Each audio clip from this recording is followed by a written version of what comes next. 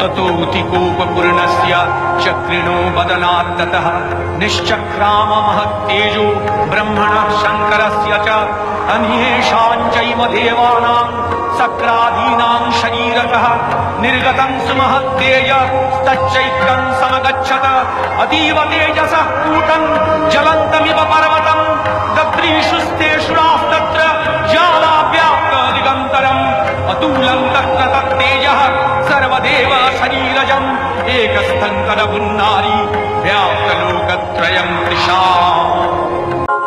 नमस्ते शरण्ये शिवे सानुकम्पे नमस्ते जगद्व्यापिके विश्वरूपे नमस्ते जगद्वन्द्यपादारविन्दे नमस्ते जगत्तारिणि त्राहि दुर्गे नमस्ते जगच्चिन्त्यमानस्वरूपे।